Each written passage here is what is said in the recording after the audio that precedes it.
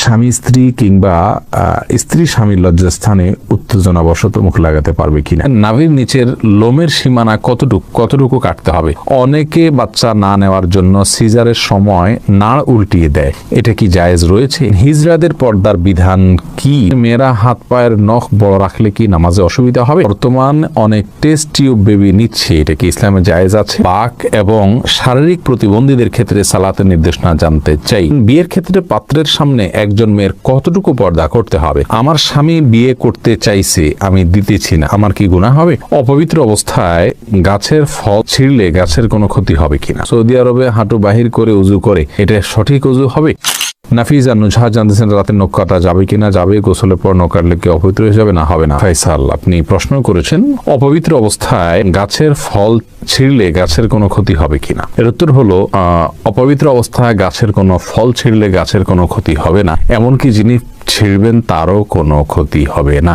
ফল ছেঁড়ার ক্ষেত্রে পবিত্রতা অপবিত্রতার বিষয়টি কোনো নিষিদ্ধ বা এরকম কিছু নয়, বরং যে কোনো অবস্থাতে আপনি প্রয়োজন হলে গাছের ফল ছিঁড়তে পারবেন। সাদ বিন আব্দুর রহিম, আপনি জানতে চেয়েছেন নাভির নিচের লোমের সীমানা কতটুকু কাটতে হবে। নাভির নিচ থেকে নিয়ে আপনার দোরানের চিপায় যে সমস্ত লোম থাকে সবগুলোকেই আপনি কাটবেন যতটুকু সম্ভব, কিছু যদি থেকে যায় তাতে অসুবিধা নেই। রেজাউল করিম জানতে চেয়েছেন বর্তমান অনেক টেস্ট টিউব বেবি নিচ্ছে, এটা কি ইসলামে জায়েজ আছে? টেস্ট টিউব বেবি, এটাতে ইসলামের মৌলিক নির্দেশনা হলো যদি স্বামী স্ত্রীর বীর্য এবং শুক্রাণু থাকে এবং আরো কিছু শর্ত আছে, সেই ক্ষেত্রে মৌলিকভাবে এটি জায়েজ রয়েছে যদি নিরুপায় ব্যক্তি হয় তার জন্য। জাকির কাজী জানতে চেয়েছেন কোন কারণে কবর পরিবর্তন করার বিধান কি? কবর পরিবর্তন করা যেতে পারে বিশেষ কোনো কারণে, আপনার কবরের উপরে হয়তো কোনো গৃহ বা মসজিদ সম্প্রসারণ করতে হচ্ছে, তাহলে সেক্ষেত্রে কবরে যিনি শায়িত আছেন তার ধ্বংসাবশেষকে কোনো একটা ব্যাগে বা কিছুতে নিয়ে অন্য সাধারণ কবরস্থানে একটা কবরে দাফন করে দেওয়া, এটা বিধিবদ্ধ, এটা নাজায়েজ বা গুনাহের কোনো কাজ নয়। তবে সেটা একান্ত প্রয়োজন হলে তখন যে কোনো হেনতন অজুহাতে এরকম করা যাবে না, এটা কবরের বাসীর প্রতি অসম্মান প্রদর্শন হবে সেক্ষেত্রে। তানজিন মিষ্টি জানতে চেয়েছেন মেয়েরা হাত পায়ের নখ বড় রাখলে কি নামাজে অসুবিধা হবে? নামাজ হয়ে যাবে যদি আপনি নখের ভেতরে চিপায় পানি পৌঁছাতে পারেন, তাহলে সেক্ষেত্রে নামাজ হয়ে যাবে, নামাজের কোনো সমস্যা নেই। তবে যদি ব্যাপারটি এরকম হয় যে নিচে পানি পৌঁছাচ্ছে না, অতিরিক্ত হওয়ার কারণে ময়লা জমে যাচ্ছে, তাহলে সেটা একে তো অনুচিত, দ্বিতীয়ত হলো যদি পানি না পৌঁছে তাহলে সেক্ষেত্রে নামাজই হবে না। যেমন নখ যদি বের হয়ে থাকে তাহলে তলার অংশতে পানি পৌঁছাইতে হবে, কারণ বাইর হয়ে আছে, ওইটা আপনার দৃশ্যমান অংশ হয়ে গেল, অতএব ওখানে পানি পৌঁছাইতে হবে, সেখানে আপনাকে পানি পৌঁছাটা নিশ্চিত করতে হবে। যদি করেন তাহলে সেক্ষেত্রে নামাজ হয়ে যাবে, কিন্তু এরকম করাটা অনুচিত। এমডি জান্নাতুল ফেরদাউস জান্নাত, আপনি জানতে চেয়েছেন বাক এবং শারীরিক প্রতিবন্ধীদের ক্ষেত্রে সালাতের নির্দেশনা জানতে চাই। বাক প্রতিবন্ধী যারা, তারা মুখে যদি কোনোভাবে উচ্চারণ করতে না পারেন তাহলে সেক্ষেত্রে মনে মনে আপনার যেগুলো পাঠ করার কথা সেগুলো পাঠ করবেন এবং রুকু সেজদা স্বাভাবিক অবস্থাতে তিনি করবেন।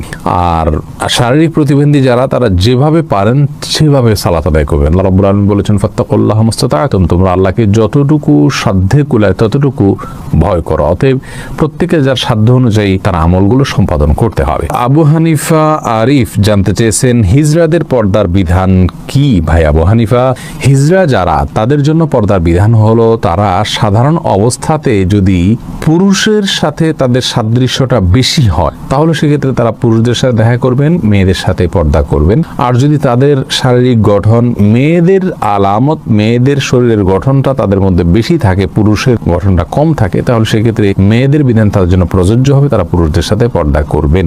এটা হলো একটি মত এবং সবচেয়ে প্রসিদ্ধ এবং গ্রহণযোগ্য মত। এছাড়া হিজড়াদেরকে নিয়ে আরো নানা রকমের মত রয়েছে ওলামায়ে কেরামের। নার্গিস আক্তার জানতে চেয়েছেন মেয়েদের নামাজ ভাঙতি সময়ে কি কি আমল করা যাবে? যখন নামাজ থাকবে না সে সময় তানি সব কাজ করতে পারবেন, শুধু নামাজ পড়বেন না, রোজা রাখবেন না, স্ত্রী সহবাস করবেন না, তওয়াফ করবেন না, এছাড়া সব কাজ করতে পারেন। কোরআনে কারীম স্পর্শ করা বা তেলাওয়াত করা, স্পর্শ করতে পারবেন না, তেলাওয়াত করার বিষয়টি বিতর্কিত বা এটা নিয়ে আলোচনা রয়েছে। অনেক ওলামায়ে কেরাম এটাকে অনুমোদন দিয়েছেন, সৌদি আরবের স্কলাররা অনুমোদন দিয়েছেন, তবে অন্যান্য ইমামগণ এটার অনুমোদন দেননি। কিন্তু তারা তিনি শুনতে পারবেন, জিকির করতে পারবেন, দুরূদ করতে পারবেন, ইস্তেগফার করতে পারবেন, ইসলামিক বই পুস্তক পড়তে পারবেন, এই সমস্ত কাজগুলো করা তার জন্য জায়েজ রয়েছে। তবে শারমিন শিবলি জানতে চেয়েছেন অনেকে বাচ্চা না নেওয়ার জন্য সিজারের সময় নাড় উল্টিয়ে দেয়, এটা কি জায়েজ রয়েছে?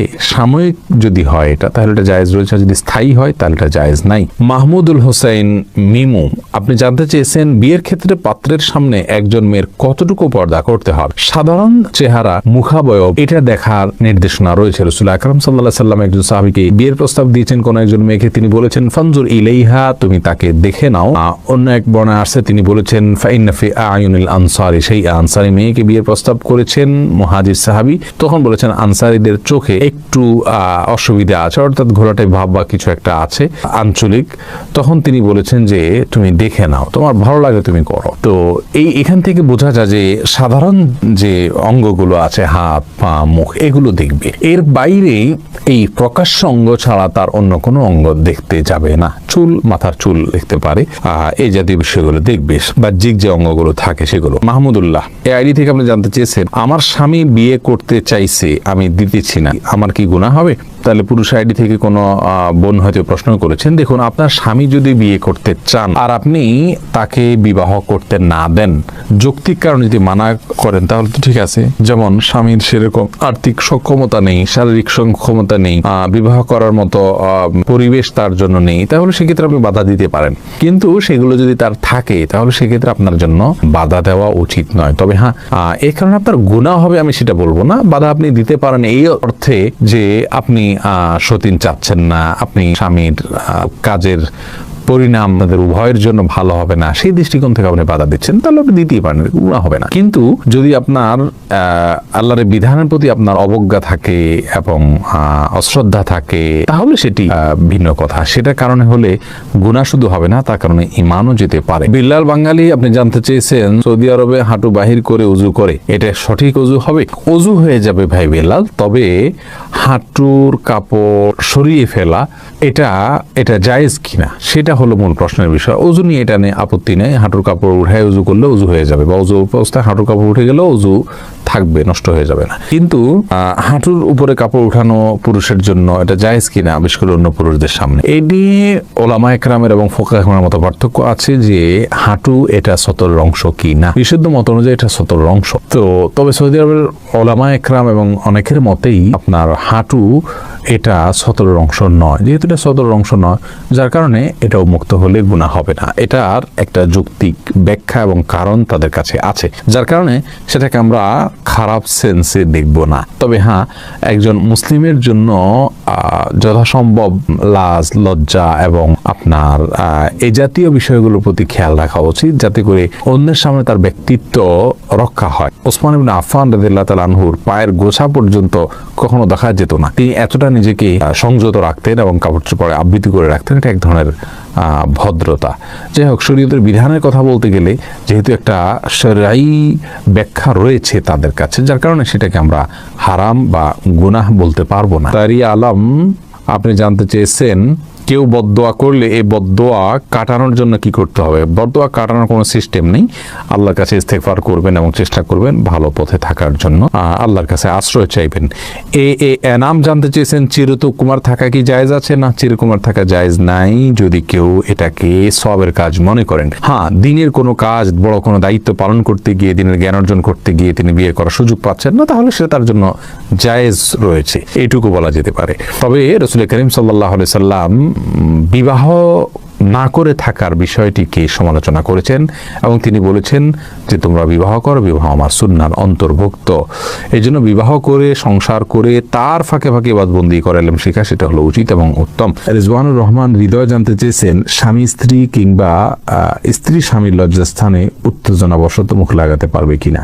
এটা ঘৃণ্য কাজ ইসলামী শরীয়তে, এটি আর কিছু না হলো মাকরু, কমপক্ষে হারাম সরাসরি না হলো মাকরু, অপছন্দনীয় কাজ। এরপরে এমডি জাকির জানতে চেয়েছেন দোকানে কি বিড়ি সিগারেট বিক্রি করা সম্পর্কে ইসলাম কি বলে, যদিও আমরা খাই না। আমরা বলেছি এই বিষয়ে একটা ভিডিও ক্লিপে, দোকানে বিড়ি সিগারেট রেখে বিক্রি করলে সেই উপার্জিত অর্থ আমাদের জন্য হালাল হবে না। যদি কেউ দোকানে বিড়ি সিগারেট না রেখে দোকানদারি করতে পারেন সেটা হবে সবচেয়ে ভালো। আর যদি এটা না রেখে তিনি তা কোনো উপায় না থাকে, তাহলে সেক্ষেত্রে এইটার উপার্জনের টাকাটাকে তিনি আলাদা করে রাখবেন, সেটা তিনি ভক্ষণ করবেন না এবং সেটা তিনি দান করে দিবেন সওয়াবে নিয়ত করা ছাড়া। এটা হলো তার নিষ্কৃতি দুর্নীতির উপায়। আর সাধারণ অবস্থাতে বিড়ি সিগারেট বিক্রি করা জায়েজ নেই, কারণ এটা অন্যায় কাজে সহযোগিতা করার